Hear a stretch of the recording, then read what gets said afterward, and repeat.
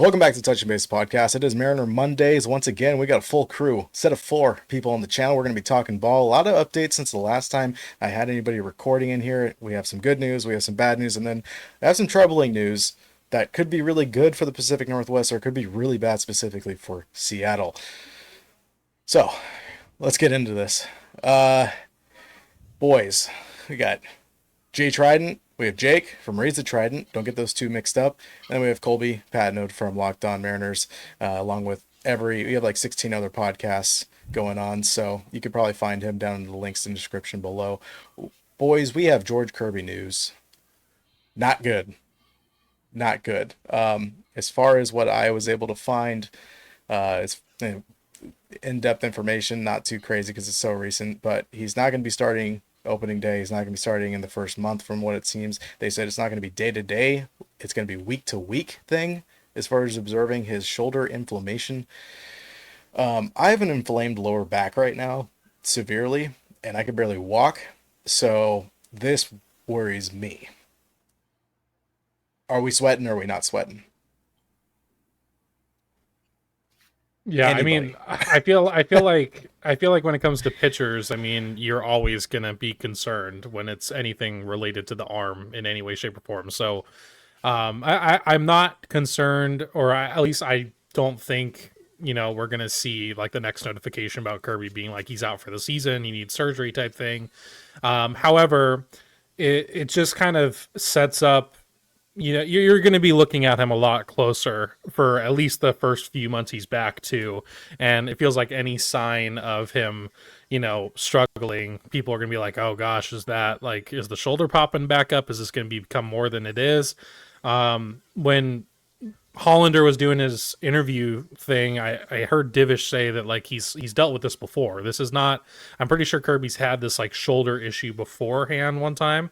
So it helps me a little bit knowing that like he's been through it before. So it's probably just a thing where he just needs to like stop throwing for a little bit, get shut down, and then ramp back up later on. So you're always going to be concerned when it's an arm, shoulder, elbow. It doesn't really matter.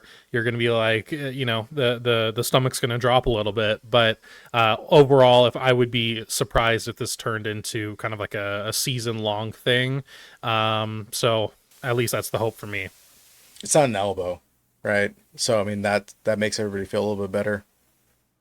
I mean, that's if Sure. someone said elbow inflammation, I'd probably Yeah, start that's a worrying. tricky one because elbow injuries, even like the worst one, right? Tommy John, at least you're back in a year or so. Shoulder Mhm. stuff, it might Can like, linger.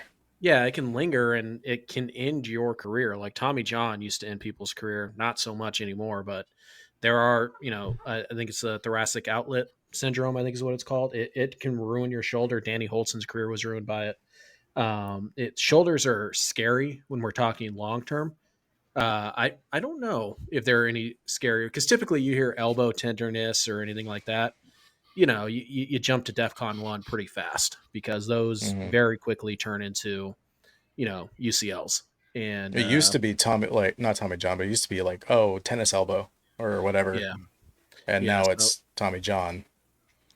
yeah, the elbow is not as scary as it was, even 20 years ago in terms of just long-term health and all that stuff. Shoulder stuff Hmm. I get a little freaked out by because not only does that kind of tend to linger a little bit, but it also kind of tends to uh, be a recurring type of problem. And the surgeries there do not have nearly the same success rate as elbow surgeries do. But we shouldn't jump to that conclusion that Kirby definitely needs a shoulder surgery or anything like that.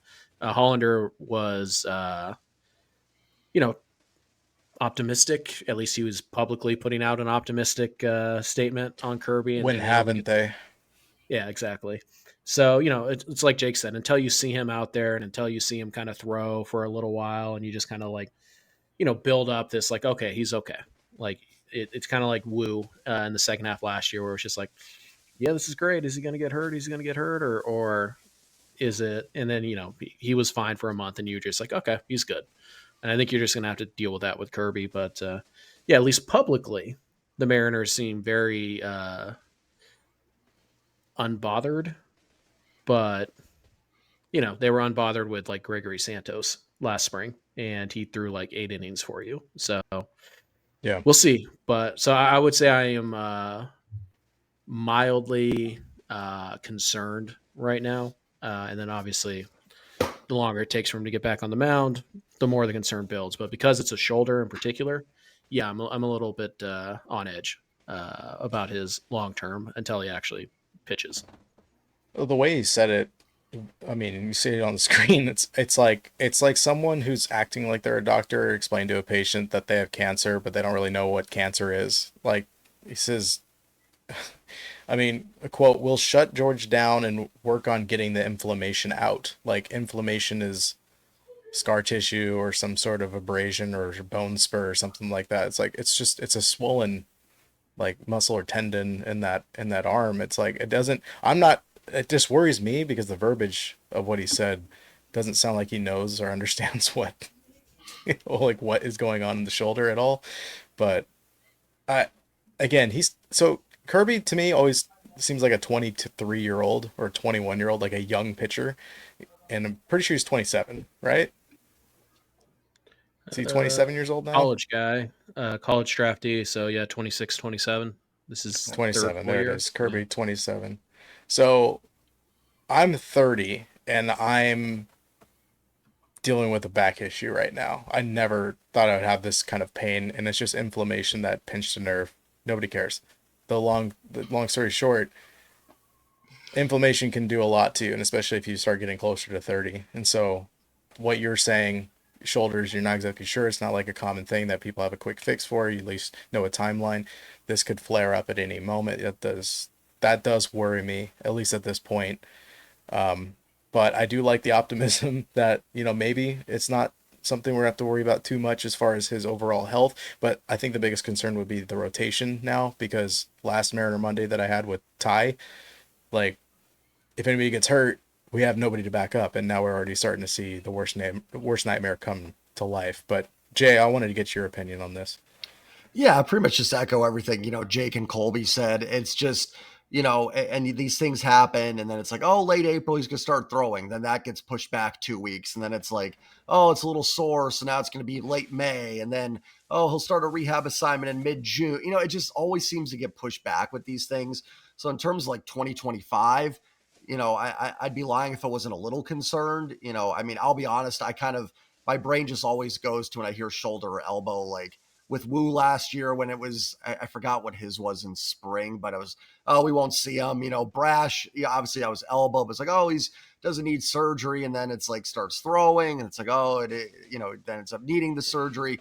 So it's hard not to think like kind of the worst a little bit with these things, but it's also like until we just know more, I can't really I just have to assume what they say is correct.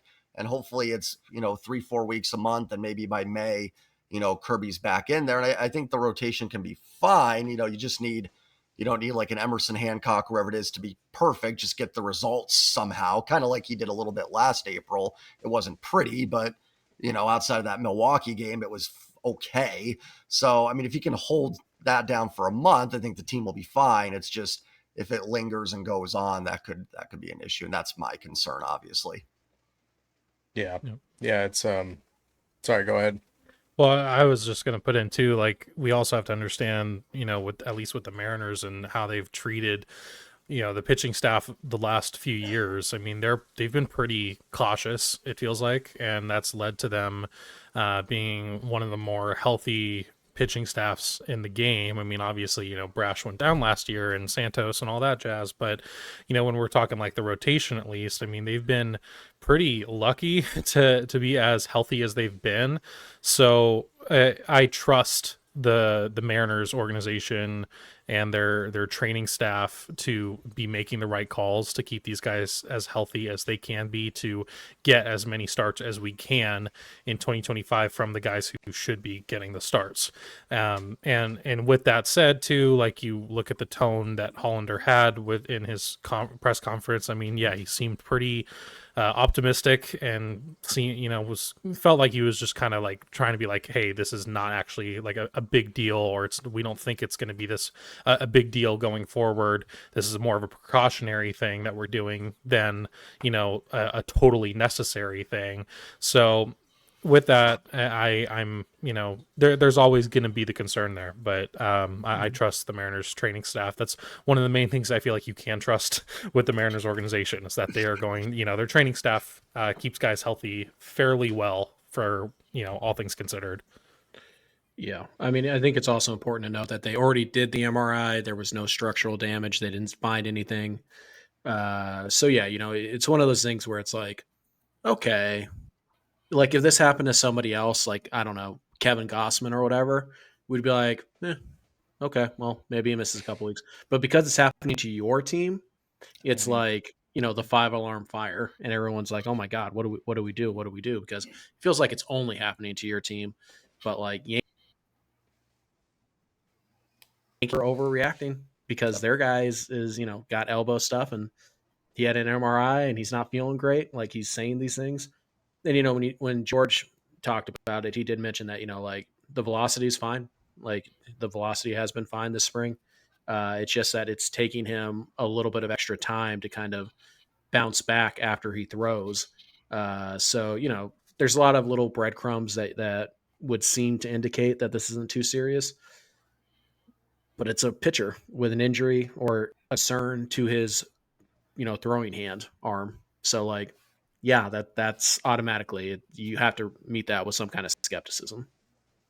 It's super I don't know, surprising, but it's just like I feel like I'm having deja vu of 2024, where, and not exactly the Mariners side of things, but we're getting into spring training where we only have like a couple more weeks before we have opening day, and like starting pitchers like you mentioned, Garrett Cole, now looking for a second opinion because they don't want to just trust this doc that's basically saying he's going to be done for a little bit. But I mean, the Orioles also just lost Grayson Rodriguez. I just saw that pop up. So it's like we're seeing a lot of main starters for these teams falling off before the season even starts again after last season. The sad part is that right now one of those guys is one of ours. And I guess that begs this question from I think every fan. All right, so are we passing that baton to Hancock? Which, Colby, you're talking last because I know your opinion. But Jonathan Diaz, he's a great guy. Casey Lawrence, yeah, he's a great guy. He's a nice guy ever, right? Or Logan Evans. Like, we have these guys that are just kind of like, okay, like, are we sure? How are they going to do? I mean, at this point, I probably am leaning towards Diaz. No? Well, I'll say, first of all, the last thing I'll say about the previous discussion, thank you to the Mariners for doing the MRI before this was all released, instead of leaving us on George Kirby's undergoing an MRI on his pitching, whatever, and us all having to freak out about it. So thank you. Rare for Mariners that messaging win. Wow. Yeah, I know. Good communications, guys. Thank you. I feel like for me, Emerson Hancock is probably the front runner right now to fill in that role for the meantime. Diaz, I mean, I don't know, just no confidence at all. I have way more confidence in Hancock delivering a quality start than Jonathan Diaz, because he actually did do it a few times last year. So there is that. And then like Logan Evans, I just think, why rush it for this when that's like Hancock, this is kind of what his role is at this point. He is the spot starter, the guy you use to fill in for when guys go down. So what would be the point in keeping Hancock in AAA? I mean, dude's not developing a whole lot more, let's be real. And putting up a guy like Logan Evans who is developing and is still needing that work to be done, that wouldn't make any sense to me. So, no one, I think, is making the case that Hancock is like the new SP5 for the long term. That's ridiculous. Just for the time that Kirby's going to be out, which hopefully is fairly minimal, I'm fine with watching Hancock every fifth day, because at least he gives you a better chance than in my opinion, Jonathan Diaz to keep you in the game and give you a chance to win at least. So that's You where think they I'm would at. platoon that fifth? Like, what if it was Hancock and Diaz, like giving them I mean, two or three innings each, and then you have the bullpen take over, almost like an opener, but you have two starters. you could do that, but then you also have to realize that's an extra roster spot that you have to take someone else out of, right? Instead of just one. I figure they would I both be could, on I there, could, but well, I don't think Diaz is making it unless another injury happens, which, hopefully not, crossing the fingers. But I mean, you could do that in the sense of like sending them up and down for like, let's say a team is, really bad against lefties, then maybe because isn't Diaz a lefty or am I wrong? no, he's a righty. Yeah, so He's a I could left see that happening, and they kind of did that. I feel like that one time last year, where they whoever Diaz pitched against, it was like they're a White bit Sox. worse against lefties. White Sox. Yeah, well, and then that might have just been the White Sox. Like, who cares who we put up there? But You say that, and they scored 18 runs against us not too long ago. So Yeah, I you can know. blame the wind if you want. Against I know. Emerson Hancock and Logan Evans. yeah, I know. I'm personally excited to see the Josh Rojas Revenge tour here. So anytime he comes to Seattle, he's gonna hit a bomb for sure.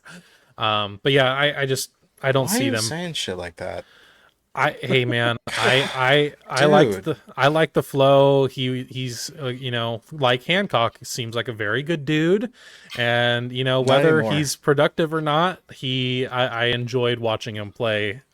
So I enjoyed him at the beginning of the season last year. oh yeah, I mean it was great. Yeah. Yeah, for sure. that I was agree. it. After Yeah. that, I'm like, oh, Yeah, I dude. get it.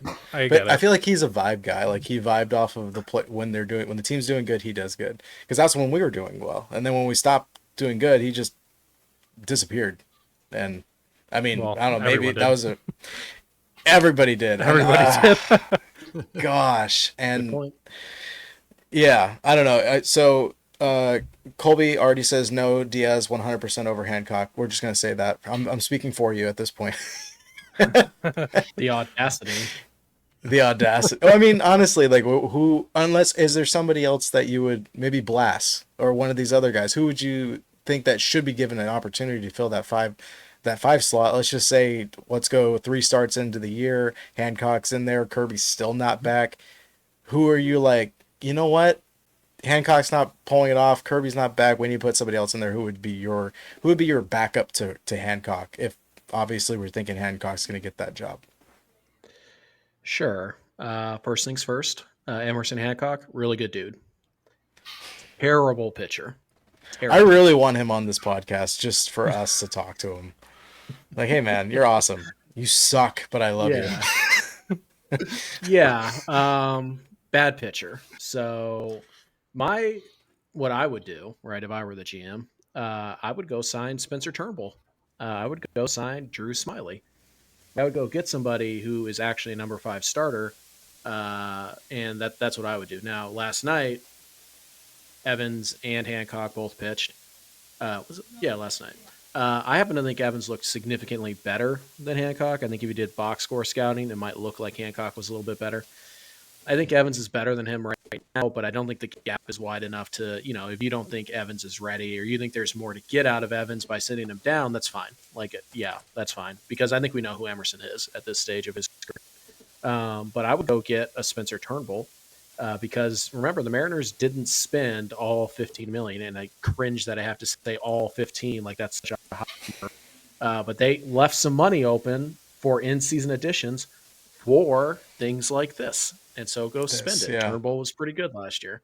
As for like the platooning thing or the opener thing, what's a little interesting, might be going under the radar here, is that the Mariners did claim a few days ago Seth Martinez, who does pitch for the Astros. And he was known for going, 1 2/3, 2 1/3. Like he would go multiple innings pretty often for them. And he was kind of the mop-up guy and all that. So he does have the ability to give you some length out of the bullpen.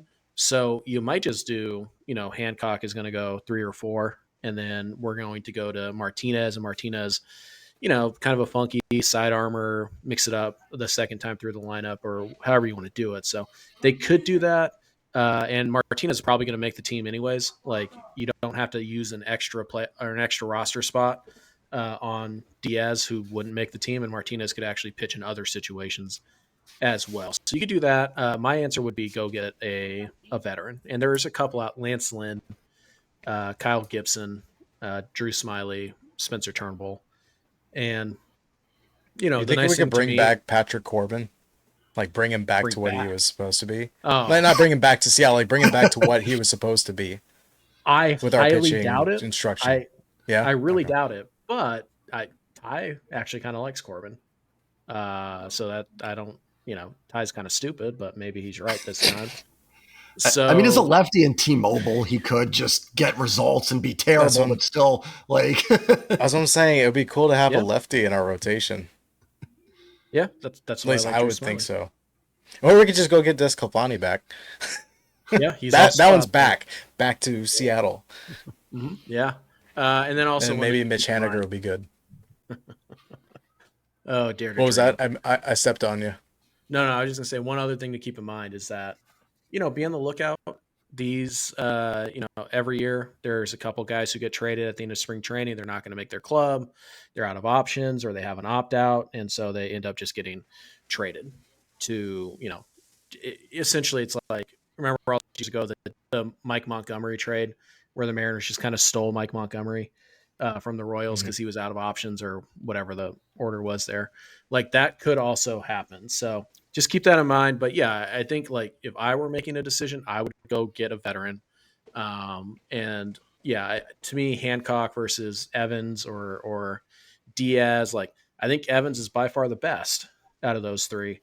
But again, like, is it such a big difference between Hancock and Evans right now that if you think you would be doing a disservice to Evans by putting him in the big leagues right away, then fine, send him down.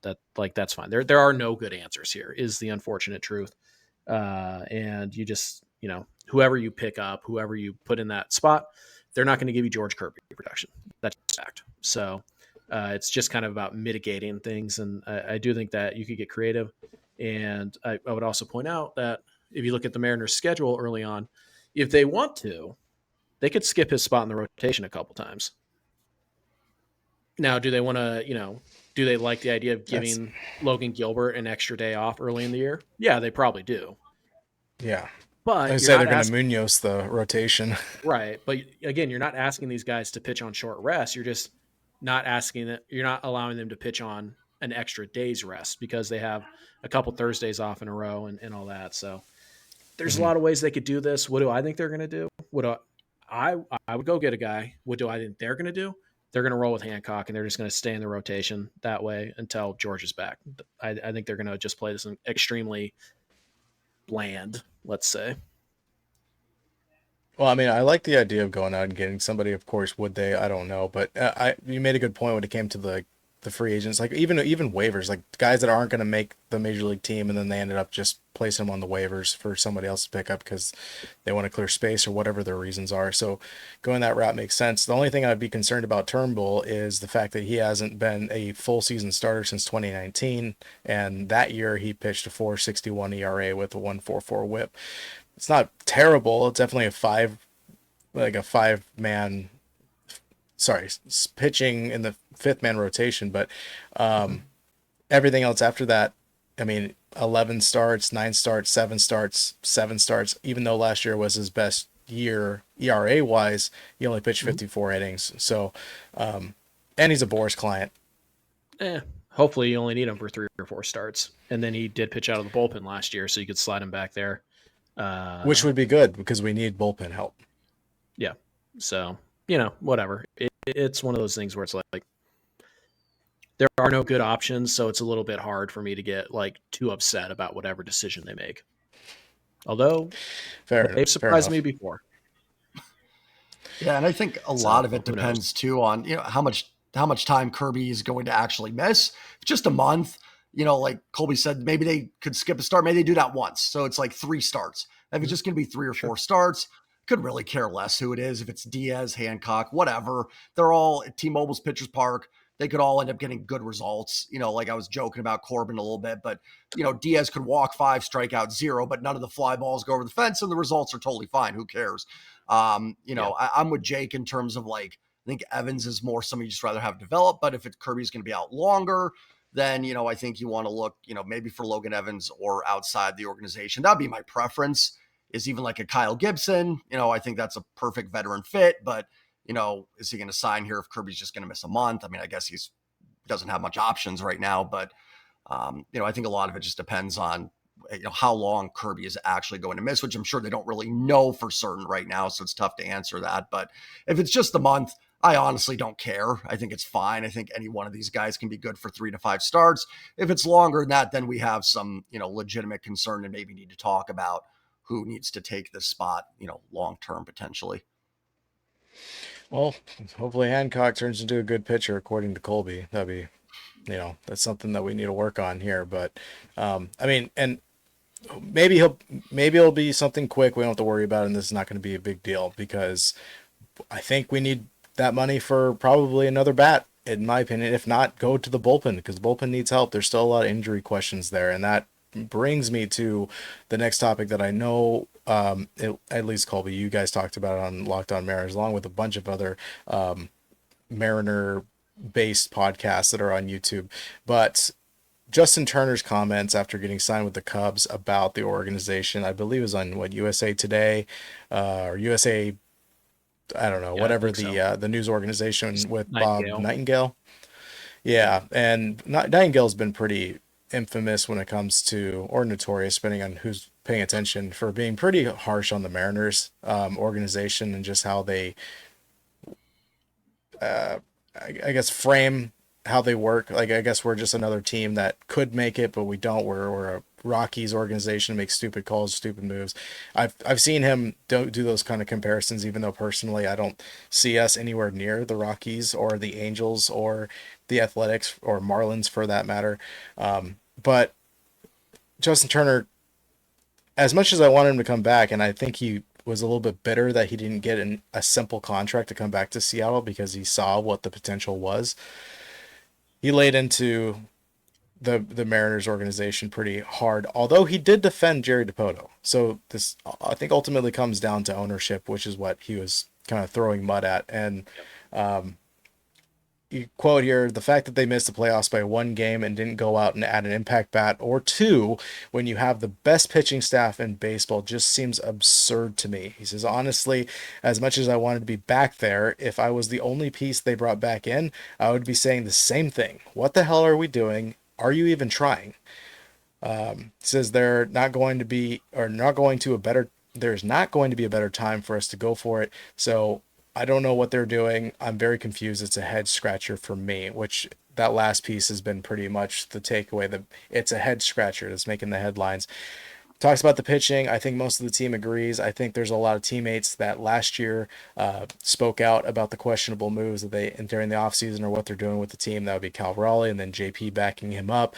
So it keeps piling on, whether it's the Teoscar comments about the stadium, he doubled down and did it twice, whether it's players that left to other teams and they're super happy to be there, even though their stats didn't get better. Kellenick, by the way, with all your temper tantrums and breaking your foot or whatever it was in the dugout by punching a Gatorade bottle.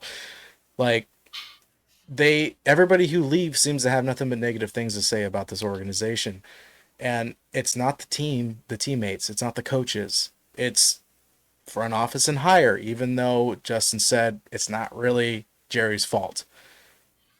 So what is this going to build up enough to where ownership's going to see a failure in the future because nobody's going to want to come to Seattle and play?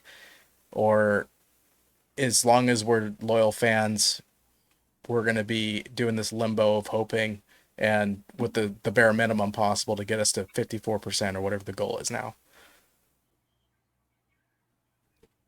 I mean, at least on my end, like, first of all, I mean, he didn't tell any lies. I mean, this is all what we all kind of know, and this is the take One that I of think we all us. share. One of us. Yeah, he's just one of us at this point. Like, yeah, it's not ultimately the number one reason for the Mariners, staying at where they're at is ownership. It's always going to be that, because there's really no reason why we should be in a bottom 15 payroll or whatever. And I don't know if we are anymore, but it just still, it's like you look at the payroll last year and then the payroll we're starting with this year, which granted could be higher a little bit depending on how the trade deadline works. It's actually like 750K less than our ending payroll last year. So it's just like you look at that when you're in a contention window, and with both of your the actual division rivals that like actually pose a threat to you right now are as weak as they've been. You can kind of say that about the Rangers a little bit. I don't really know how to feel about them. They're kind of just weird, but it's crazy that they're not injecting even just like 20-30 million dollars to get like that extra really big piece or a couple really nice pieces. It makes absolutely no sense. I'm sorry, Pete Alonso, or you see right here, I mean, literally whoever. Like honestly, whoever. Justin Turner could have been one of those people. You know what I mean? Yeah. So it's just like I don't really understand. And I think we know why it's happening, but it's just we don't understand. How you can then keep saying that like your ultimate goal is to bring a championship here.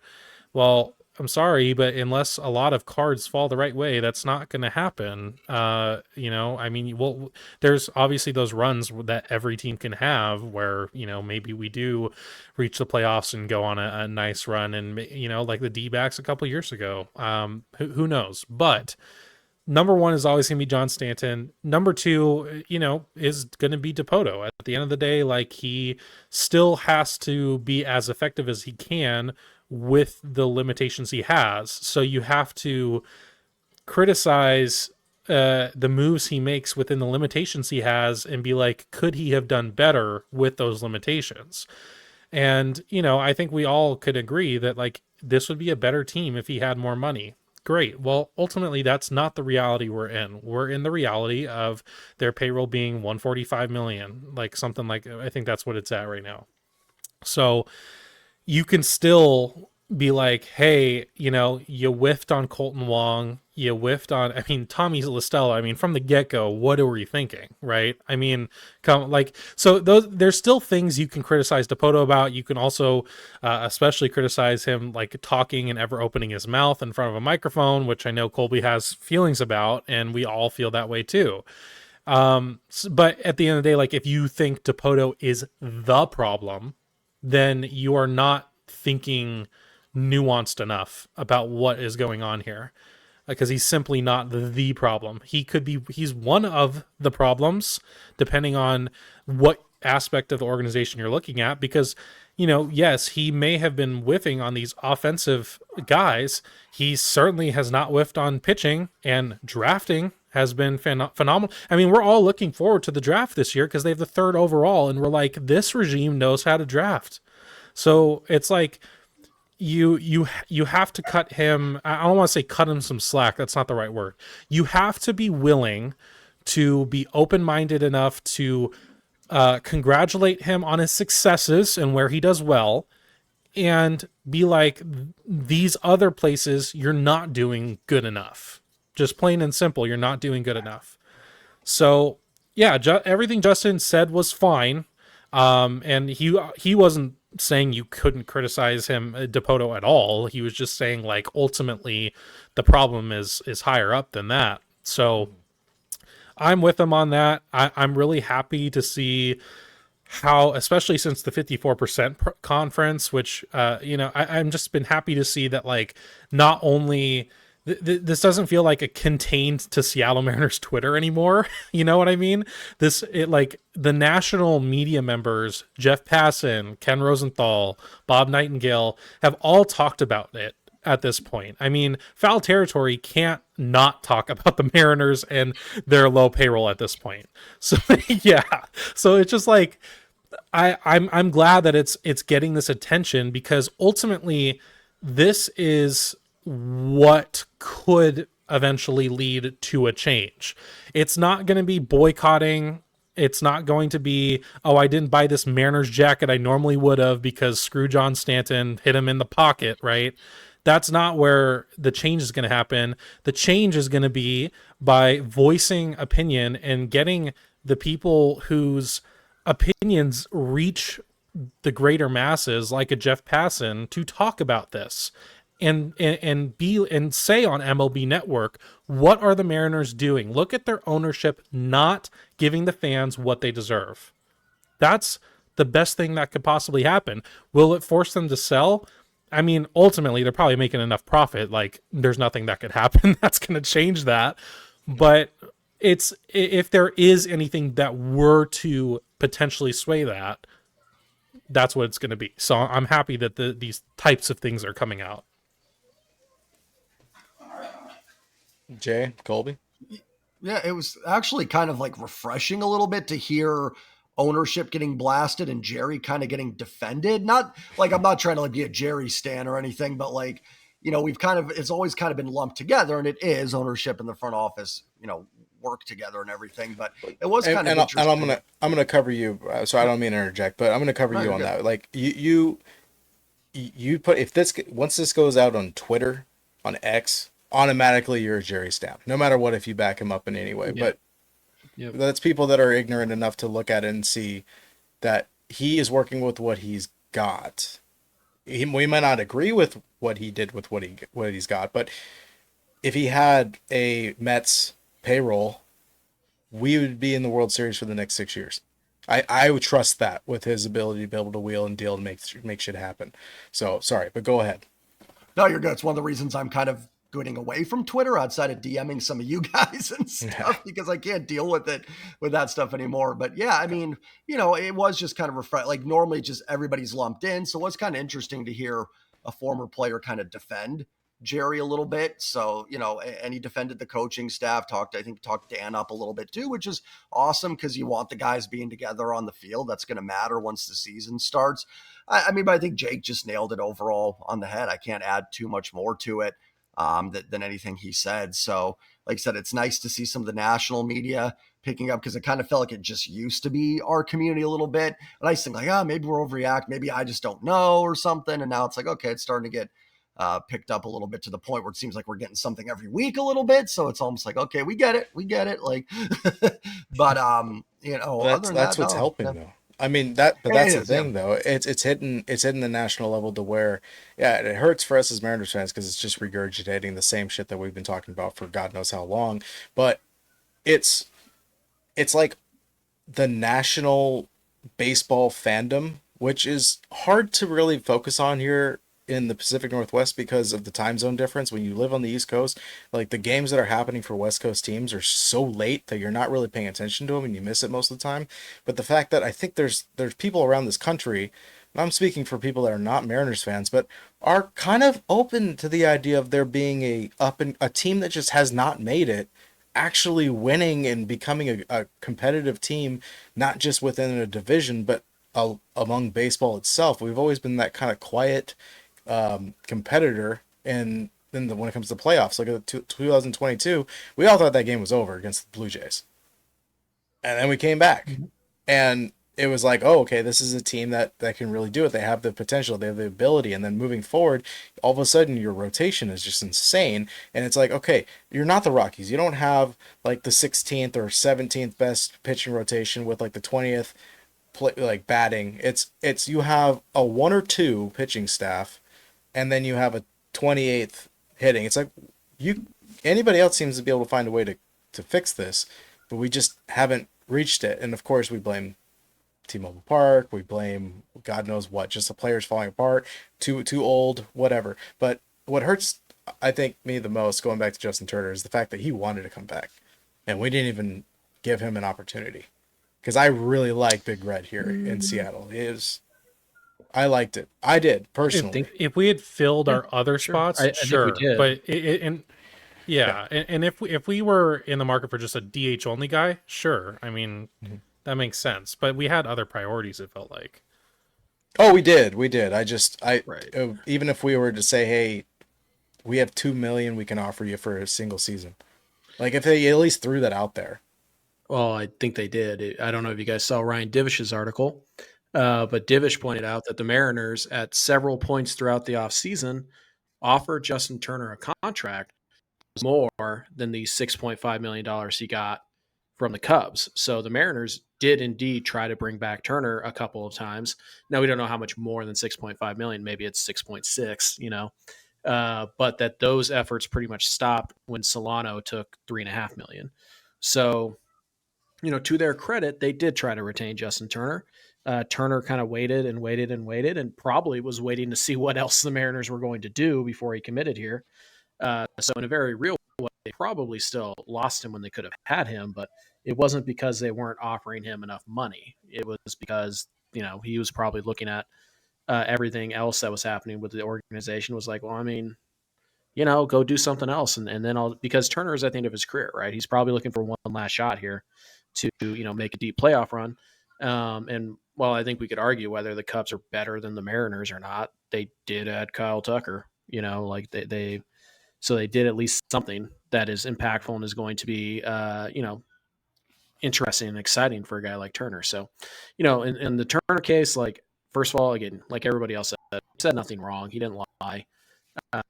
I think, one of the important skills that, just us as content creators should have, and I think most of us do, is you have to separate ownership from the front office, the baseball ops people, because we always need to remember the power dynamic here is that Jerry and Justin report to one person in the entire organization. Well, one group, and that is the ownership group. So I think it's very important that we separate them. I understand why just kind of the run of the mill average fan doesn't, because it's just they're not players, they're not coaches, so they're other. And I get that, and sometimes it feels like you're talking to kind of a wall when you try to explain that to people. But again, I totally understand that. There's a lot of things to criticize Jerry Poto for. We don't need to certainly make things up that aren't his fault or that are his fault. Oh, he didn't. Why didn't he spend more money on Pete Alonso? Well, if he doesn't have it, what do you want him to do? So I think it's important to separate that, it gives you context to understand. So it was kind of funny to see a veteran who's been around the block and a lot of different teams defend Jerry Dipoto. That's a player who gets it. He understands how front offices operate. He's probably going to work in one someday. And the last time we heard a player kind of directly, take a shot or praise Jerry Dipoto was Kyle Seager. So very different opinions of those two guys. So it is interesting. Look, Jerry is a polarizing dude. I happen to think he's pretty good at his job if you look at the totality of his resume. Certainly don't want him to ever talk into a microphone ever again or sit down for an interview ever again. And yeah, I think honestly that's his biggest problem, because I think when you look at what is happening with the ownership and what ownership is willing to spend, and then they kind of throw Jerry out there to go, spin this, cover us, take the arrows. I think it's very important to give Jerry some leeway there. But yeah, he says some bananas stupid stuff. And Turner said nothing that was wrong or disingenuous to any degree. So yeah, I mean, as Mariner fans, it's a little exhausting that, we're getting picked on a little bit. Our team's getting picked on a little bit, but A, they deserve it. And B, I guess if you want to give, ownership any kind of credit, which you shouldn't, but if you do, you could be like, well, at least we're not the Marlins. Cool, awesome. So yeah, I do think it's good that the national folks are kind of putting pressure on the Mariners, and that's ultimately what it's going to take. You're going to have to basically embarrass them into spending more money, and it might not work. It certainly didn't work for the Oakland A's, now the Sacramento A's. So yeah, don't call them that. They don't want that. Yeah. Yeah. Yeah. But yeah, even though they put the patch on their shoulder. Yeah, exactly. So yeah, it's just one of those things. It's interesting. Go ahead, Colby. Touch on it. End. Oh no, I was just saying. It's just. There's a delay here. Yeah, it's just one of those things where nice. There's nothing you can do about it, right? People are going to be mad about what they're going to be mad about. People are going to like who they like. They're going to hate who they hate. And, you're just not going to win everybody over. You're not going to convince everybody. And Jerry's been here long enough that people have picked their side. And I think most people, it's interesting actually is that we did a poll for Locked On, and we had 550 respondents or whatever, and about 60% said they are at least somewhat confident in Jerry Dipoto in the front office, and another about 20% might be numbers might be a little bit here, but said that they had a lot of confidence in him. So 80% of our respondents said they trust the front office to some degree.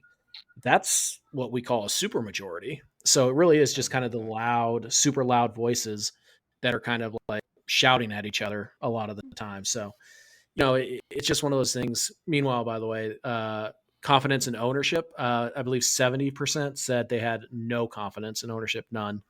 And another 25%, I think it was, said that they had not very much. So yeah, people, at least, the people who took our poll seem to be able to separate the two groups. But yeah, overall, the disappointment level is very real amongst the players, both here in Seattle and outside of the game, amongst agents and amongst the media. And you hope that all trickles down and eventually puts some pressure on the ownership group.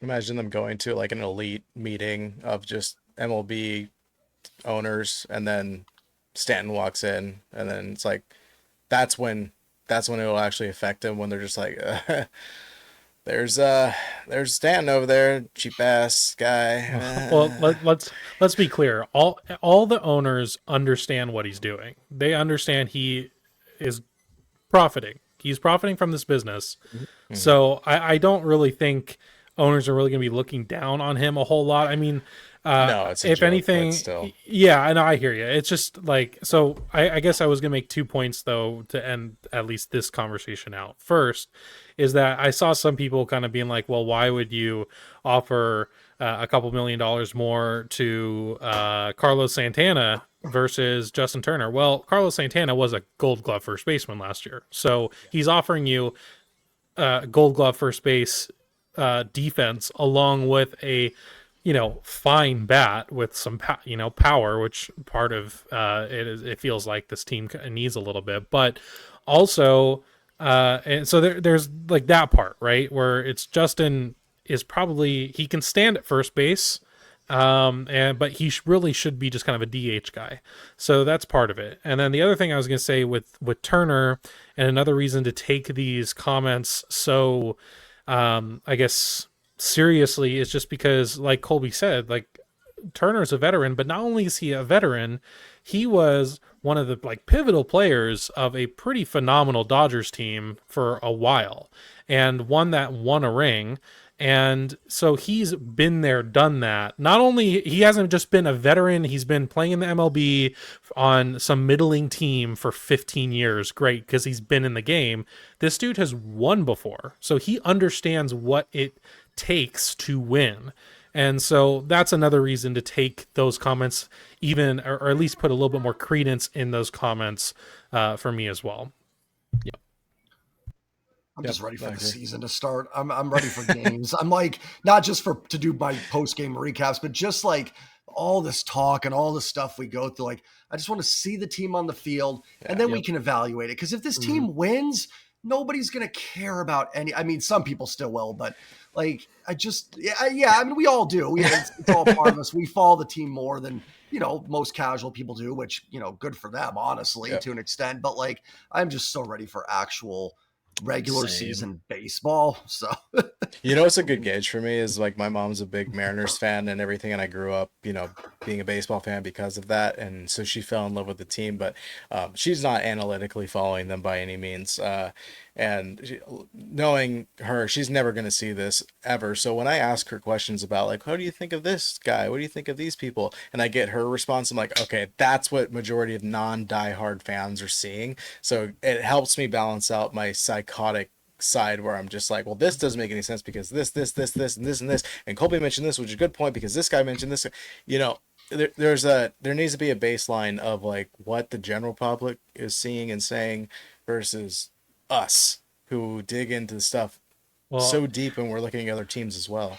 I've said the same thing when I've talked about the boycott thing before. I'm like, listen, the people you're calling on to boycott the Mariners Twitter makes up maybe conservatively 5% of the fan base. Maybe 10% if you really want to push it. So you're telling 10% of fans even know what the hell you're talking about. The other 90% have made a trip to Seattle in summer and are like, I'm going to go catch a Mariner game too. And I'm going to drink a beer in the pen and I'm going to chat with my friends while the game's going on. It's going to be a good time. And they have no idea what's going on with the team. They're just like, I know Julio's good. I know our pitching's pretty solid, and like that's it, and that's fine to be that fan. So that's just another thing where it's just like when we're talking about these things, there are, I feel like fans are starting to be more trying to kind of get into the weeds of these types of conversations, but it's never going to be a majority. It's just simply never going to be a majority that care at all about these topics. They just want to go see a baseball game, have some fun, and that be that. And hey, if the Mariners are winning, cool. If they're not, oh well. That's just how it is. Yeah. And I mean, touching on that boycott thing, obviously was never going to work because the teams that did do a boycott, they left. And that's exactly where, I mean, I fall into this whole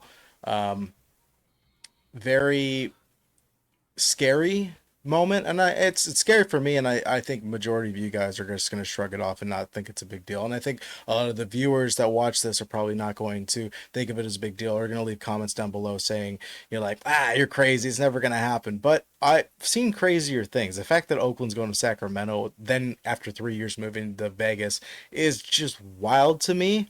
But it's happening. And look at Tampa Bay. They lost their stadium. Are they going to be moving somewhere else? Because I've been following their contracts with the city. The Rays lied about stuff that they were going to be doing. I don't want to dig into too much, but there's crazy things that can happen. And it only takes one little piece to push the path off another direction to where teams are gone forever. I mean, look at the Expos.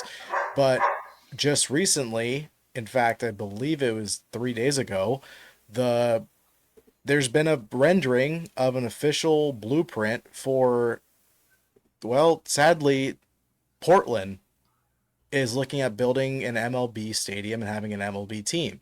And if we start walking down this road of boycotting and not showing up, and even if it's still profitable, if we start cutting into Stanton's profit margins, because that's all he cares about. He doesn't care about baseball. I'm going to put this out there. I would love, if he wants to tell me to my face, which he doesn't need to because he doesn't care about my opinion, but that he actually cares about baseball, I'm going to ask you this.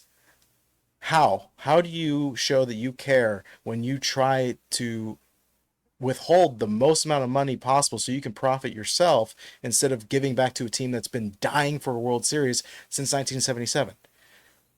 You had to have renderings of a possible baseball expansion team from somewhere, or could be the Mariners sold to Portland that's literally in your backyard, Jake, which would be great for you because then you can at least go to any Portland scuba divers teams, whatever the hell their name's going to be.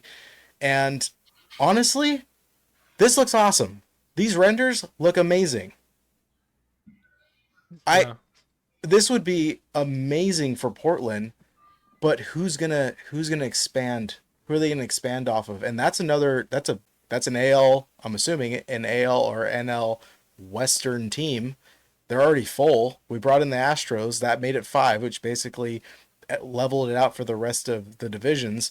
So where does Portland go? And is this more of a sign of maybe they'll just buy out the Mariners and move them down there? Because these look awesome. This reminds me of like Seattle mixed with Oracle Park.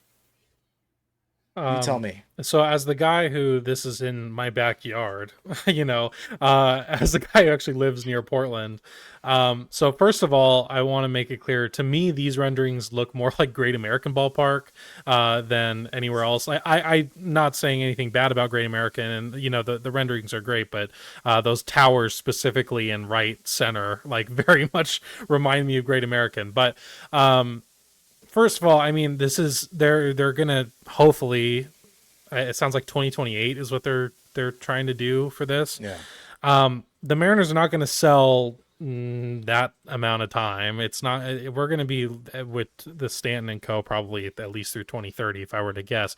And even if they sold, I don't think it's selling the team to move. It would be because you cannot tell me that Portland is a better market than Seattle. Seattle's a bigger market. You're going to make a lot more money in Seattle than you are in Portland. So that's not going to happen. This is strictly going to be an expansion team of some kind. What division they're in, I mean, maybe they do restructure the AL West, because the NL West makes a whole lot of sense. All the teams in there make sense to me. The AL West, you're probably looking at Houston probably coming out of the AL West. So, they're probably restructuring it to where like they're in the AL Central, and then maybe they find some, I don't know what they would do exactly, but yeah, for me, it's kind of weird because, as someone who lives, pretty close to Portland, it's like I have a hard time seeing us being able to support a MLB team. At least attendance wise, I just have a hard time seeing that because the largest sports team we have right now is the Trailblazers, but attendance is not nearly the same for NBA games than it is for baseball games.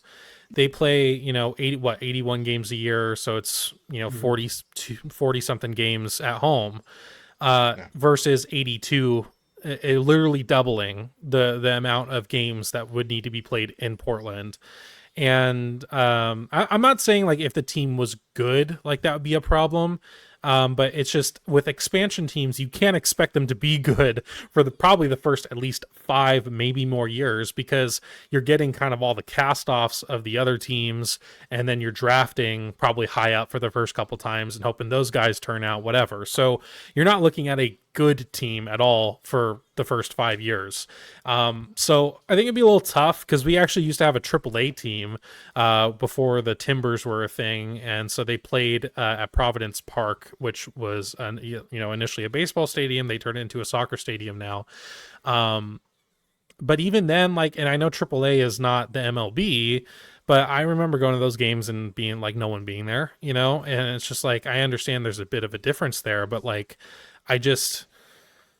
have a hard time seeing it personally. Rangers games are pretty quiet though too. So maybe it's just AAA. Yeah, maybe it's just AAA. I don't know, but it feels kind of just weird for me to think that an MLB team would be here, because realistically, it's the only other step up is the NFL for like how big your market needs to be to support the team. And I feel like the NBA, at least the Trailblazers, it can be kind of iffy. Not like when they're playing good, it's fine, obviously, but it's just that's the same for every team. If they're playing good, people are going to show up. And then you also have the problem of everyone here is already Mariner fans. For them, if we're talking a majority, right? Like if you're talking regional majority, the Mariners have been the Pacific Northwest team since their inception. So it's like, how many people are really going to switch allegiances to the Mariners? I know some people may say, well, I mean, hey, people are tired of ownership and people are tired of Jerry DiPoto.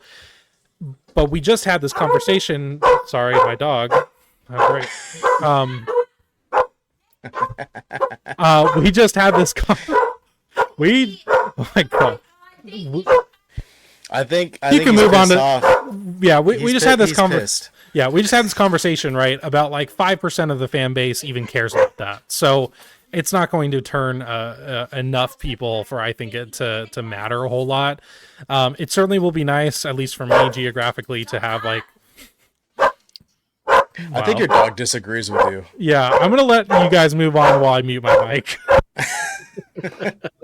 The first dog barking was mine in Jake's defense. The very first bark 5 minutes ago was mine. So Jake is off the hook for that. Like, I can't comment too much on like the whole, I'm not good with the whole, is ownership going to sell and move and all that. And like, I don't really know with Portland. I'm in Arizona, so I don't have all the insight to everything with the cities. But in terms of like boycott stuff, for me, listen, fan however you want to fan. If you don't want to support the team, go to games and do anything, then more power to you. Do that. But if you still want to go to games again, you're not a bad fan for buying a Mariners jersey or a hat or tickets to the game and a hot dog. Like, it's still a great experience to go to the ballpark and everything. And that's more where I'm at with it. I would probably just agree with what Jake said in terms of the stadium and everything with with Portland. So I don't really know the whole logistics on that. But yeah, just in terms of, the original point about the boycotting, that's where I'm at. If you want to do it, both sides, don't force anybody to do something they don't want to do. And that goes both ways for me personally. I don't think it's going to do anything. Like Jake said, I think, the Mariners, Twitterverse, YouTube, all that, we're probably like most 5% of the people that go to games. So it's not even going to really resonate with anything. And if the team wins, people show up. I mean, this ownership group was here in 22. And I remember, I wasn't at the game, so I can't speak to. I remember watching the TBS broadcast, and they're like, this is like a college football atmosphere out here. Like, this fan base is ready to explode. This is a baseball town. I know the 12th man and everything. I'm a huge Seahawks fan, but this is a baseball town. If the Mariners get in the playoffs, I mean, how many times have we all watched clips of like certain cities just rocking during the playoffs? Like, man, I want that to be us. This town would be electric with a Mariners deep playoff run. So, that's not really anything to do with what you're talking about Portland, but just had to throw that in there. But that's what's been taken advantage of, is the fact that you're right. The city is, I mean, anybody who's watching this as a Mariners fan, that you still love the team even if you hate ownership, and we show up, and that's our flaw, because that is what funds these owners that don't give a shit. Basically, it's a lose-lose game. I've always been saying this. Like, if you boycott them, they'll sell. You never know what's going to happen after. It's like working at a department store where you hate your boss. You're hoping they either get fired, they get released, or they move somewhere else to a different job or promote, and they just get away. But you never know who's going to step in, who could be worse.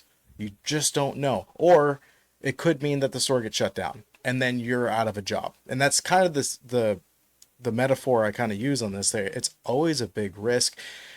But Portland, I lived in Portland very briefly when I was younger, and I've gone down there multiple times. As much as I don't care for that city whatsoever personally, I've walked around. The drug issues are really bad down there. The riots and activism that I've seen when I was down there, maybe it's just bad luck every single time I go down there, but I'm just not a huge fan of it. But I still think this is beautiful. I think this would be good for that city in general, just to bring in tourists, because I don't think the Timbers, and I don't think that the Trailblazers are really bringing in massive amounts of people to kind of really bring that city alive and make it something that is comparable to Seattle. But things can change. I mean, I also forgot about the Twins. They're most likely getting sold soon. That's something that's going to happen. Whether or not that's going to keep them in Minnesota or not, I don't see why not. But there's plenty of cities, including Salt Lake City and Utah.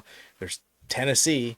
There's now Portland, that are putting out real renders of building plans of what they're going to do. And then, yeah, maybe not in the next 5 years or something, but this is kind of concerning if we completely fail in the next 5 years for this team, and then the fans just kind of give up or look somewhere else to be a fan. It's possible. Yeah. The first thing is, as long as John Stanton is the owner of the Mariners, there will not be a team in Portland. And I don't say that to mean like, oh, John is protecting us or anything like that. The simple fact of the matter is that Stanton is very close with Rob Manfred, and Stanton would be furious. The Mariners would be furious if they put another team in his region where they now have to split TV money, where they now have to split, fan bases and all that stuff. So Stanton is not like that. And because him and Manfred are so tight, probably not going to happen. On top of Portland just not being that good of a media market. It's really not. It's, I've been to Portland a lot. I go once or twice a year. And I'm not there enough to really know, but it doesn't strike me as a huge sports town. It's certainly not going to, have a better case to be made than, Charlotte or Raleigh or Nashville, or even like Austin, like another team in Texas. How about Montreal, or, like there's just a lot of other places that are either have a baseball history, a major league baseball history, or have bigger media markets that they can tap into, where Portland's just not going to make a lot of sense. I mean, a team in San Antonio or Austin makes a lot more sense than a team in Portland. So I think, their renderings are fine. They're cool to look at and everything. But ask a Sonics fan how awesome renderings are when you're trying to convince an owner of an NBA team to move back to Seattle. We've had to wait for expansion for the last, what's it been now? 15 years, 20 years almost. So it's just one of those things where it's like, yeah, it's cool. We want this. You got to attract a winning bid because no team right now in baseball is moving from their current location to Portland. Not going to happen because Stanton and the Mariners would not, allow that. And unfortunately, to kind of go way back to a point that was made earlier, uh, the other owners, they like John Stanton because he makes money without spending as much as he should. And that's what they all want to do. Like owners hate Steve Cohen, the guy who's actually doing the best job as at an owner. They hate the Dodgers ownership group, the team that's actually doing what they should be doing. They don't like those guys because they make them look bad. So Stanton's going to have a ton of pull in that room. It's not going to happen. As for the realignments that could happen, I think because it would be expansion, there would be 32 teams now. So you would just have 8 divisions, 4 in each league. And if they did put a team in Portland, yeah, probably Seattle, Portland, and then depending on where the other expansion teams go. Maybe Colorado, Sacramento. Maybe Sacramento, maybe Vegas. Colorado. Put them in. Get Houston out, bring the Rockies in. Colorado and an expansion team, yes. If you kind of look at it like how the NBA, like how they do their things. Now the NBA is wonky because they never moved Seattle out of the Pacific Northwest division. So they're still playing in a really weird. But if you look at it, right, it's like, don't you want, or you could basically put all the California teams in one division, like Angels. You have the Angels, the Dodgers, the Giants, the Padres, and then that would be your 4-team division right there. Not just the California division or whatever. And so at that point, it's Seattle. Like hypothetically, if they put a team in Portland, it still gets a little messy. Seattle's going to be in a tough spot regardless. They're just way up there. So it'd probably be, if you put all the California teams together, then you're probably looking at Seattle, Vegas, Colorado, and maybe Arizona. Like that little, I mean, there's just not an easy, clean way to do this, even with Portland being involved. So I think, and that'll make it even more messy for the playoffs. Yeah. I mean, yeah. And do they do divisions? I mean, is there, how do they handle all that? So they probably have to add another playoff team at that point, and then it gets watered down a little bit more. So yeah, the renderings are great and they're a great idea. And I don't think Portland's going to support a major league team for that long. I don't think any of the other markets are going to look at Portland as this untapped, reservoir of money. And it's also worth more. There's just more money. Like people have more money in the Seattle, Bellevue, in that area than they're going to in the Portland area. So to me, like Portland's not a threat. Actually, it'd be kind of cool. Like to have Portland versus Seattle rivalry again. Hopefully we have one in the in the NBA pretty soon again. I'm fine with it. Me personally, I don't care, but Seattle, the owners, they're going to care, and they'll probably use it as justification to spend even less money because they're going to be like, well, our market got in half. What do you want us to do? So yeah, Portland would be a disaster for Seattle in a lot of different ways. And for me, as just like a fan of the sport, I'm fine with it. I don't care. Like, it's not my money that I'm losing. So yeah, it's just one of those things. Like, the renderings are great, but I've seen a lot of renderings of basketball stadiums down by T-Mobile Park that look great. Are we on a delay? There's a major connection delay on this. Sorry, guys. Chad's going to have some editing to do. Yeah, great. Yeah, awesome. It's just a little delay here. It's probably just StreamYard doing its thing. But, I mean, the only thing that'll push back on it doesn't really need any like, in-depth analysis of it. But I probably thought the same thing about the Sonics going to Oklahoma City for basketball. I wasn't thinking Oklahoma City as being a powerhouse place that really wanted an NBA there. And it happened. And maybe that's the same mindset that's here in Portland, and maybe that's the possibility. On the other side, that doesn't, I mean, I'm not saying I'm right, but that's how I felt about Seattle moving to OKC. it was just like, Yeah. really? Them? That seems weird, but it is what it is. But as far as like Stanton making an excuse to spend less money, yeah, but how possible is it that over a course of 5 seasons that he uses that excuse every time? People are like, you know what? Portland's spending money. I'm now Portland. We stopped showing up to Seattle, and he's like, well, shit, now my profits are getting hit really hard because they're actually doing what I want. I mean, Are we what are the assuming odds of that? billionaires are going to spend right Yeah, away when assuming. their revenue streams are probably going to go down? It's just me personally. I don't trust billionaires to do anything that's going to be beneficial to anybody. So, No, besides their wallet. yeah, I mean, if it's not going to help them, they're not going to do it, and they're going to be bad probably for 5 years anyway. So I doubt they're going to spend for 5 years. But yeah, the whole thing with the Sonics going down to Oklahoma City, like, yeah, and that was really stupid, and it cost the league a ton of money.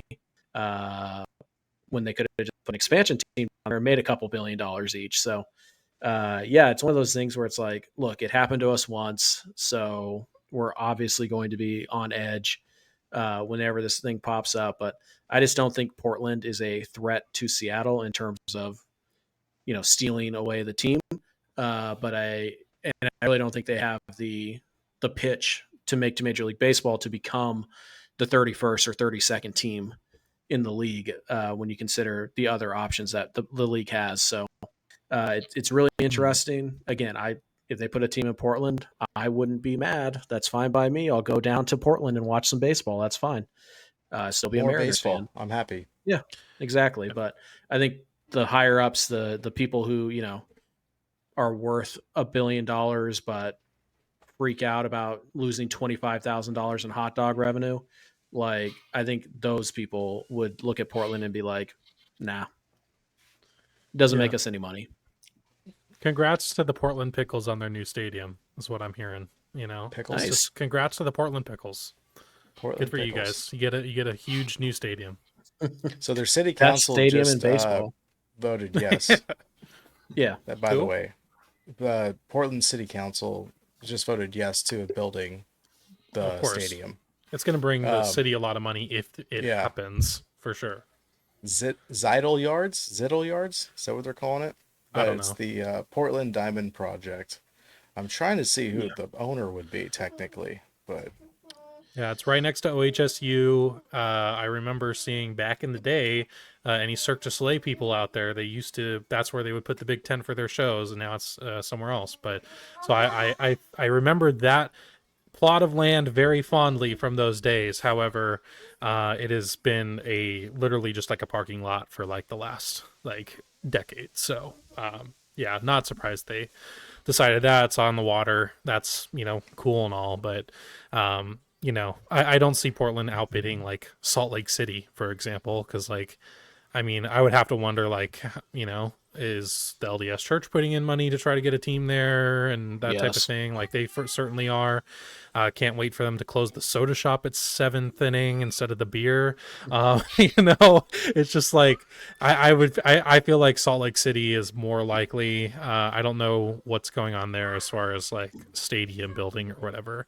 But yeah, I just, as a person who lives near Portland, it would be very weird.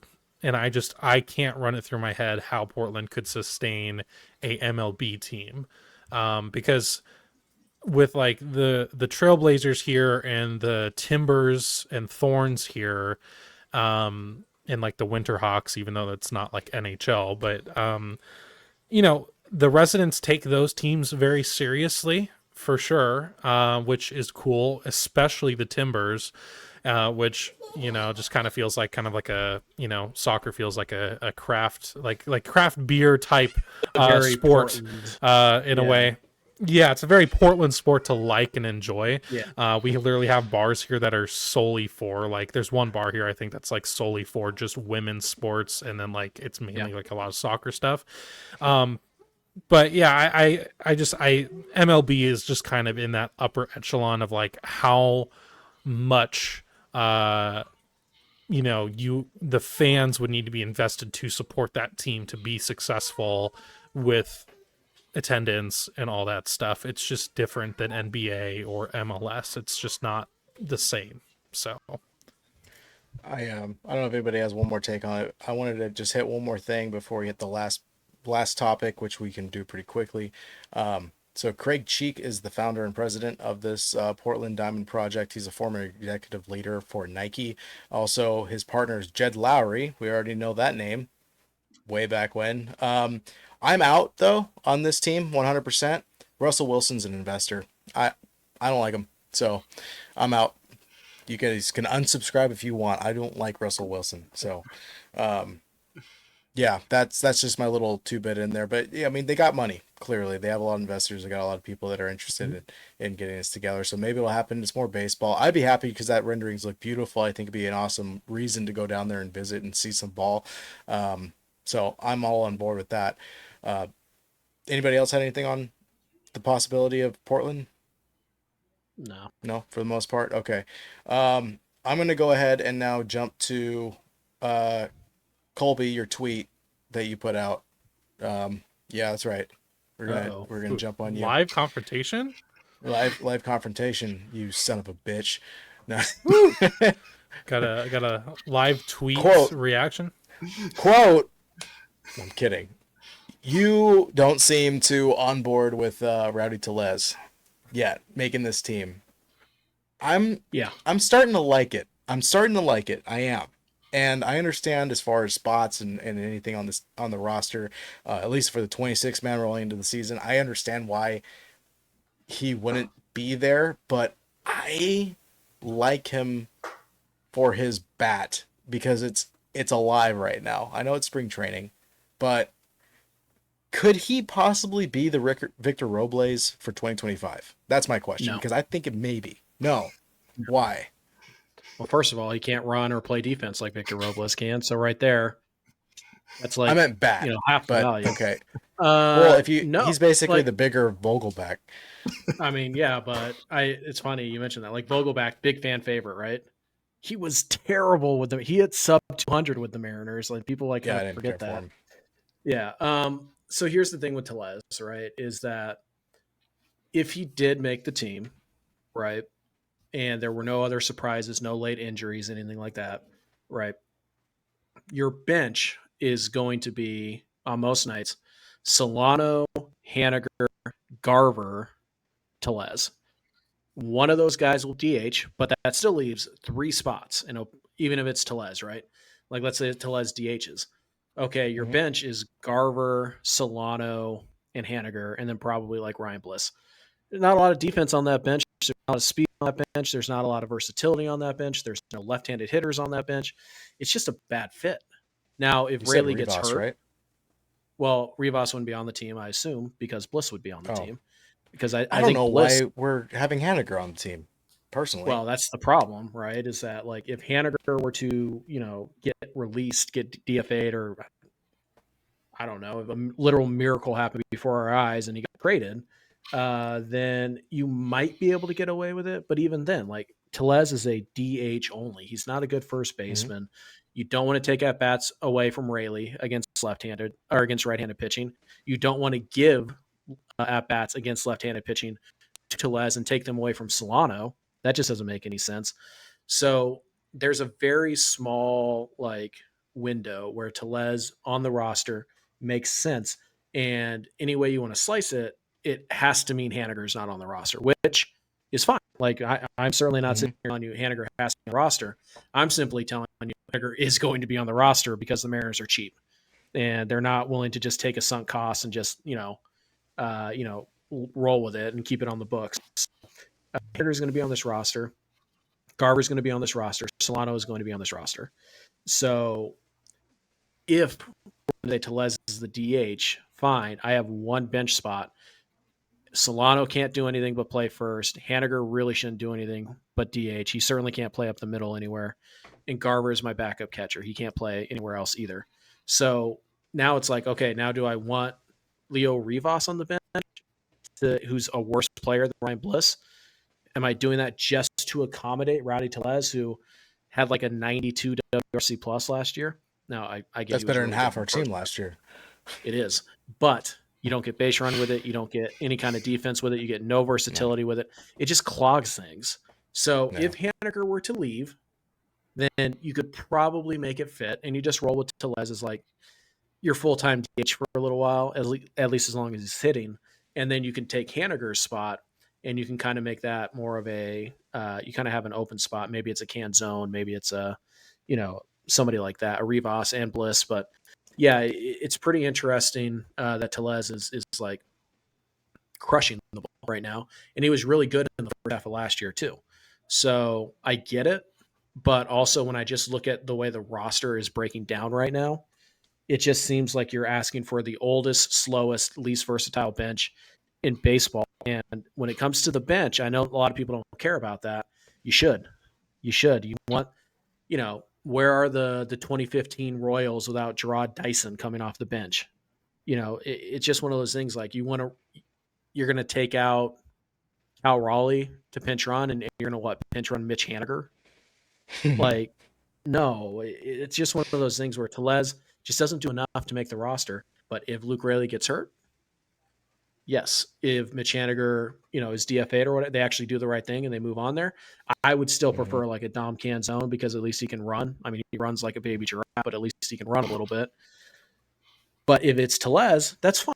I could wrap my head around that. But if Haniger's here, Tellez cannot be. I just don't see any way that makes sense. Yeah, with to Colby's point, like if Mitch Haniger's off the roster, it can make some sense. But with Mitch on the roster, just too many zero base running, zero defenders on the bench. Tellez to me would be perfect. One, Haniger's got to be off the roster. Number two, like back in the NL days when pitchers hit, yeah, a guy that can run into it, pinch hit for a pitcher in the sixth inning, totally fine with it. I don't mind having a bat only guy on the bench as just strictly a pinch hitter.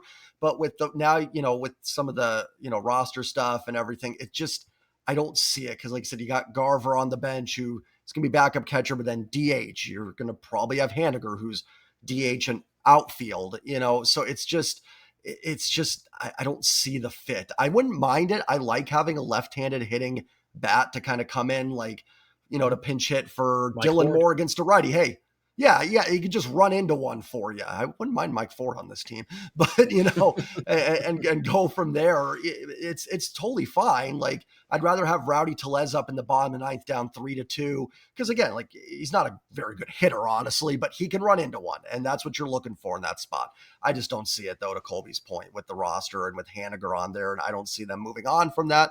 Because of his point about ownership and being cheap, so I don't see them moving on from Haniger, and I don't think you can keep both of them. There's just not enough. There's too many no base running, no defenders on the roster, and you just can't have that many. You need some guys that can pinch run and play the field a little bit for substitutions.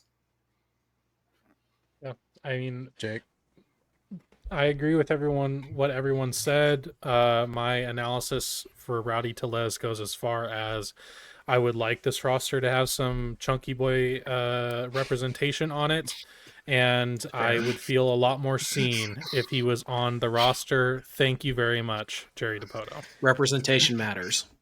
It does. I'm gonna buy you a Rowdy Tellez Mariner jersey. I will wear it with pride. I'm gonna buy you one. Yeah, I don't care if it's DH Gate or whatever. A nice like Sunday cream Rowdy Tellez. I will rock that with no shame at all. It'll be a shirt. Can't do the Sunday cream though. There's no name on the back. People aren't going to know that's what I guess that's true. I guess that's true. Okay, Yeah. well, whatever. I'll settle with whatever. But yeah, I just, I it would be cool to have like a Mike Ford type a little bit, and Rowdy could be that guy. But I don't feel, other than making me feel better internally, I don't really care too much. Regardless, he's a bench piece, so it's not make or break in me. I think he would be a very fun player to root for, and it would be great in that regard. But I can't go by who would be the most fun to root for.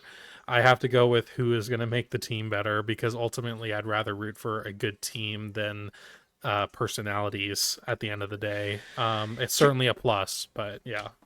All right, I'm curious because are we saying, I'm not gonna say we because definitely not me, I already know what I'm saying, but are we somehow coming to this agreement that Rowdy Tellez is someone that you would not choose over Haniger. I'm not saying that. I think everyone should be somewhat in agreement that like Haniger's time should probably be done. Mm-hmm. And but it's ultimately not up to me for when that time happens. If it were up to me, it would have happened already. We wouldn't have signed him back from the Giants in the first place. Let's be real. You guys are the GM in this know, situation. Are we choosing Rowdy or are we choosing? Oh, I mean, Mitch? I'm choosing Rowdy just because I can get that guy who may hit do a Ford versus Bautista kind of thing. Just hit one out for me. That's fine. Well, it's a little hard, I guess, because I feel like Haniger does kind of have a bit of the clutch factor, even if he's not great with the bat. If it's a big situation, maybe he'll come through. But that's ultimately like vibes based. Still, there's no analytics to tell me how true that is or not. But yeah, I would prefer Tellez to Chemtrail Haniger, but if we're gonna get Chemtrail Haniger regardless, and you know what, it is what it is. I just there's nothing else I could say about it. I guess I would really love to root for Rowdy Tellez on opening day. I would love to see him waddle in from the outfield in the big ceremony. That would be such a vibe. I don't think I'm gonna get that moment though, unfortunately. But if I do, I'm gonna leave that trip happy. That's for sure. Yeah. My answer would be neither of them. I'd rather have Canzone. I'd rather My have answer would be Rivas. Pete Alonso. Yeah, that's right. Yeah. I mean, I would- could you I would not keep find a way to Tellez get Bryce just- Harper on this roster? I'm just asking questions here. Well, Yeah. he just tattooed himself with Philly, the Philly mascot. So Did he? I don't think he's leaving. Yeah, he just That's did a a bad whole tattoo of it. That's a bad tattoo. Well, I mean, That banana bread don't- giveaway would have been so fire though. oh yeah, that's true. Jay, what were you gonna say? Oh, I would keep Tellez just for Jake. You said put on the GM hat. I know. So I would Thank do you. that for him. Yeah. I'll play devil's advocate. Mitch Haniger has been over his career a better hitter than Rowdy Tellez. So if Mitch Haniger just can actually somewhat be average against lefties this year, I don't want either. I'm actually with Colby. I'd prefer neither. They both kind of suck, but it's not crazy that Mitch Haniger is a better hitter than Rowdy Tellez. Just as much as we're enamored with Rowdy right now, Mitch could easily be the better hitter, but they both don't do anything besides hit, and they both aren't very good at it anymore. So I don't know.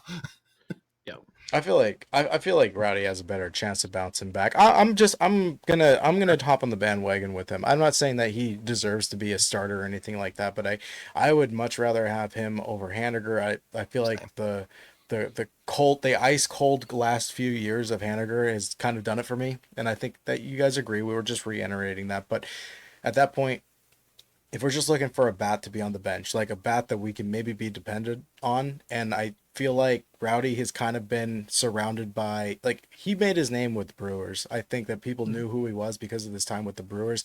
Then he goes to Pittsburgh, and Pittsburgh is not exactly the organization I think you'd want to be a part of, especially if you want to win. It's just not going to happen. Whereas now, he's now with a team that has been in playoff talks the last few years. And if he can get on that team and he can really produce and prove himself to get him a big contract, maybe somewhere else, or, he's kind of in that prove it moment now, he can fill that spot and improve and be part of a team that's a little bit more electric, and the fan base is probably a little bit more electric than Pittsburgh. I mean, nothing against the Pirates or anything like that, but let's be honest, when was the last time they even made it to the playoffs that was oh shit, they might go to the World Series? I don't remember the last time we discussed that at all. So 2015. Yeah, 15, whenever they yeah, played 15. the Reds and had the Cueto McCutcheon? game, That was a yeah. great Cueto game. That was a great game. It was like Okay, Marte so and McCutcheon. we're talking 10 But yeah. years at least. Yeah. It's yeah. been a So- while, yeah. So I mean, I'm not saying, and I know you mentioned that he's terrible defensively and he's not fast. I get that, but as far as hitting wise, finding his groove to hit, that's what Victor Robles pretty much did when he came to Seattle last season. So I could see him as maybe being that nobody expected guy with the power that he has to just put the bat on the ball and hit home runs and just be that guy, because who knows about Garver? Maybe this is his year to bounce back, but I also worry about Polanco. We haven't really seen him much, and he's still recovering from his surgery, and what if it gets re-aggravated in some reason? And now you're either putting Moore, or you're putting Solano, or you're putting somebody else at third. That does open a spot in the lineup somewhere. So yeah. I'm for Rowdy. I'm rooting for him to do good, but I also understand where you guys are coming from. But in comparison to the guys we have on our bench now, like, I'm more of a fan of Rowdy just being this, like, where the hell did he come from guy, and support this team. I mean, and luckily he was a minor league contract. Yeah.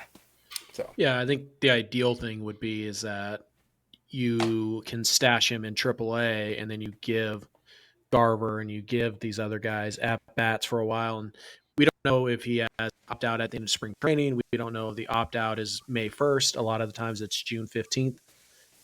So we don't really know the details of his minor league deal, and the opt out date can kind of move around. But if he's willing to go to AAA, yeah, you absolutely would like to stash a bat like that for a couple months at least, because Mike Ford did come up and he did stabilize a couple of different times for this Mariner team and had some big hits. So there's definitely value in a guy like that. You just want to, make sure that he fits, and I don't think he's going to fit entering opening day, but he could fit. Again, if only like 2 or 3 things happen, he makes a ton of sense. So I think you want to stash him, and I think you hope that he wants to stick around for that opportunity. But as things stand right now, I think if he's on the opening day roster, something terrible has happened, or something really good. They DFA'd Haniger. Nothing in between. hope. I know there's plenty of Haniger fans out there that are going to hate this, but it's I love just like, Mitch. I'm so over it. We all love Mitch. Yeah, I'm a huge Haniger fan, but put him in the Mariners Hall of Fame. Let him have his moment and all that stuff, but he's not good. Give him he's the cooked. number, do the replays. Cool. Yep. Let's move on. He's cooked. Any final thoughts, guys, before we put an end to it? If Rowdy makes the opening day roster and that dude hits a bomb at opening day with me in attendance, I will turn into a Philly sports fan. I'll be climbing the light poles as soon as, even if we lose, I don't care. I will be celebrating like we just won the World Series. So that's my last thing. I'm going to hold that. I'm holding you to it. Yeah. You got to climb a light pole now. Okay. You got it. All right. Jay? A's win 13-1, but we got that Rowdy Tellez solo home run the bottom of the ninth. Yeah. Heck yeah, we did. That's right. Colby? Well, I mean, I don't know when this is coming out, but as we're recording it, 19 days till opening day. Oh, yeah. Well, this will be going up on Monday. We're recording on Saturday, so because now I have to do some editing because Colby's internet sucks. So 17 days till opening day. 17 days till opening day. Well, with that, I appreciate you guys coming on. Please go down in the description. Everybody check out their channel, subscribe to them, leave a comment down what you guys think of this whole entire conversation. I typically reply to it, and we can also recirculate that in the next Mariner Monday. So we'll see who comes back next week, but I appreciate you guys all coming on, and hell, go Mariners.